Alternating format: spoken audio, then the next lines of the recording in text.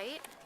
We are here with Jasmine for this week's installment of the Good Death video blog. All right, give us the update. Okay, well, last week I talked about that it was really stressful because we were trying to put all this material together, and now we're past that, which is incredibly nice. But now that part is done, and that was the hard part, but now we really do have to pare down a script.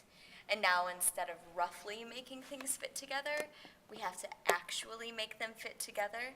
And we have probably about 80 pages, and we probably need to cut 20 as of right now. Yeah. So it's really difficult finding out how to do that. And we're still working on how to mix everything, which is also really, really hard. I actually, when I realized that this was frustrating, not for just my group, that when it came to putting the material together from my section, when it came to Kelly putting that together, that was really stressful for her too. And so I felt way better after realizing that. But that doesn't make it any easier still. But I think we're at a point where if we had a few more weeks, it wouldn't be very stressful. But the truth is that we need to have a script solidified within a few days because we go into tech soon, and you need to have a script for tech. And right now it's very, very, very slow going. Like yesterday we met at noon, and we worked until 5 on the material that we had. Like they put together a script, and then we started going from there. And in that 5 hours, we only got through like 14 pages of the script, And then at rehearsal last night, we had a 6-hour rehearsal. We got to block like 20 pages. Oh my goodness. So because when you do it, it's figuring out as you go. Oh, this doesn't work. Like this line doesn't work. We're gonna have to clarify that, change that. We need to add a line here. We need to make this transition work somehow, in some way, and that is incredibly, incredibly time consuming. And it's a lot of. We were prepared. We were told that a lot of the people we loved might be cut, or a lot of our material might be cut, and now we're actually seeing that happen. And I don't know if, we still don't have a final script, so I still can't say what characters in particular are being cut, but a lot of stuff is just pared down, and it has to be.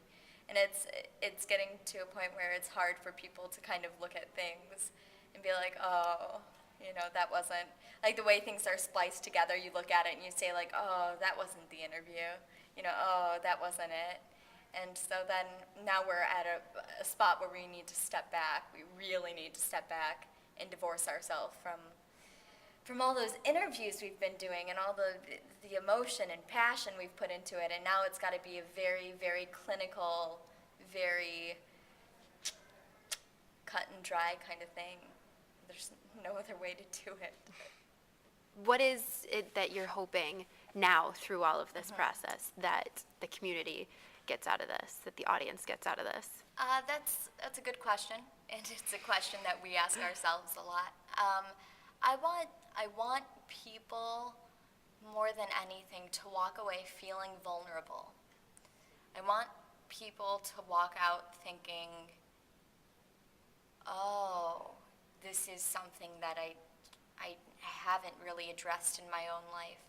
And if it just, I want it to help people live better, because death is a part of life, and a lot of people don't live like they're going to die. A lot of people, one of the guys that we interviewed said there are people who are dead walking around and they just haven't bothered to lie down yet. And those are the people that I hope that we can wake up with this, people who take the ease of a desk job for granted, or things like that. I want people to walk out of here thinking there's so much in my life, and I don't know, because it's a play about death, but ultimately that makes it a play about life, you know? So that's what I want people to walk away with, thinking about their own life.